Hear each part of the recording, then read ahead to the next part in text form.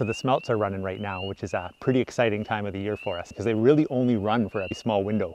You know, we have 10 days, maybe 14 days, but there's only a few of them that are actually peaking.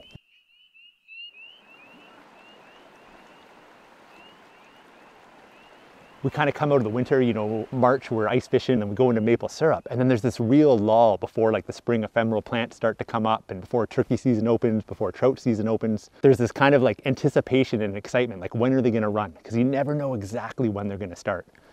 So one of my cues is actually the spring peepers, the frogs. So I'm listening for the frogs, you know, I'm watching for those first kind of warm rains. Within a week or so, when everything's right, suddenly it turns from those little groups of 2 or 3 to like, there's 100 right there. And if I put my net in, you know, I might get 20 of them in this scoop. Okay, well they're running up just off the bay here.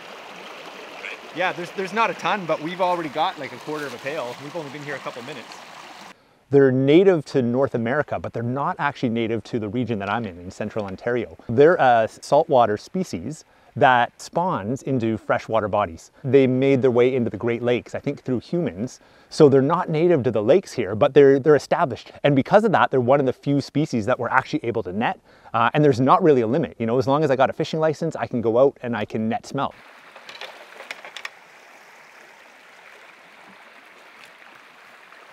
So it's a pretty low cost entry as well. You know, you need a dip net to go out there. You need a good headlamp to be able to see, a bucket to put them in. You know, sometimes you can do it right off the shore depending on the structure of the river, but ideally you've got a nice pair of rubber boots or a pair of hip waders in case you want to get out a little bit deeper.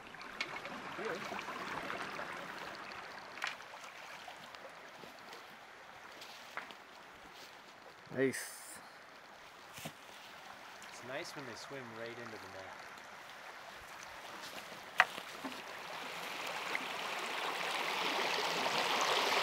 That is so satisfying.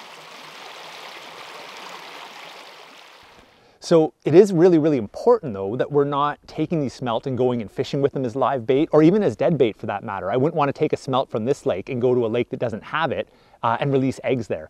So we really do want to think about that from a stewardship perspective, that we're not increasing the spread of them in what we're doing with the smelt after we harvest them. Telling the males from the females apart here. The females, if you run your fingers across them, they're very, very smooth. Whereas if I come over here, this bigger guy's a male, and you can really feel the texture in the scales there. When I walked through here, this whole thing was full. No, I think they're all just up there now. But it's a little deeper up there. There's actually a bunch here, but they're so tricky in this fast water, man. One little lateral move and they're gone. I got it. The water is so fast. I got more rocks than fish on that one. But hey, we'll take it. Yeah.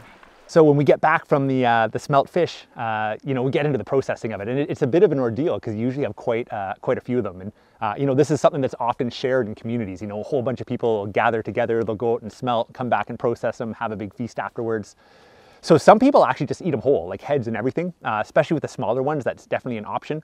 As a gardener, I actually like using some of it for the nitrogen in my garden soil. So I put them in my compost. So I've got this little technique where I do a little slit down the back, cut through the spine, slit up the belly, and in one moment you can basically take the head and all of the guts out all together. So it's actually a really efficient way if you're cleaning, you know, dozens, if not 100 plus fish in a night. And then the heads and guts go into actually building soil for growing more food. And the rest of it goes into nourishing our bodies. And then as far as what do we do with them after that, you know, obviously we fry a bunch up right off the bat. You know, I love them straight. You know, we'll mix some of our wild salt in there, so a little bit of wild leek and some spruce tips, and just do them straight on the grill. They're really fun battered. You know, smelt tacos is a favorite of mine. So, you know, do them up in a little bit of egg and some panko is a great way to do it. We also love pickling them as a way to preserve them. We make a spruce infused apple cider vinegar. So literally the spruce tips from the spruce tree, we put in apple cider vinegar, and then we'll infuse or pickle the smelts in that vinegar with, you know, some red onions, some lemon, some pickling spice. So those are some of my favorite ways to cook them up. If some of those wild forage seasonings or vinegars are of interest to you, then check the description. There'll be a link for where you could get some of those.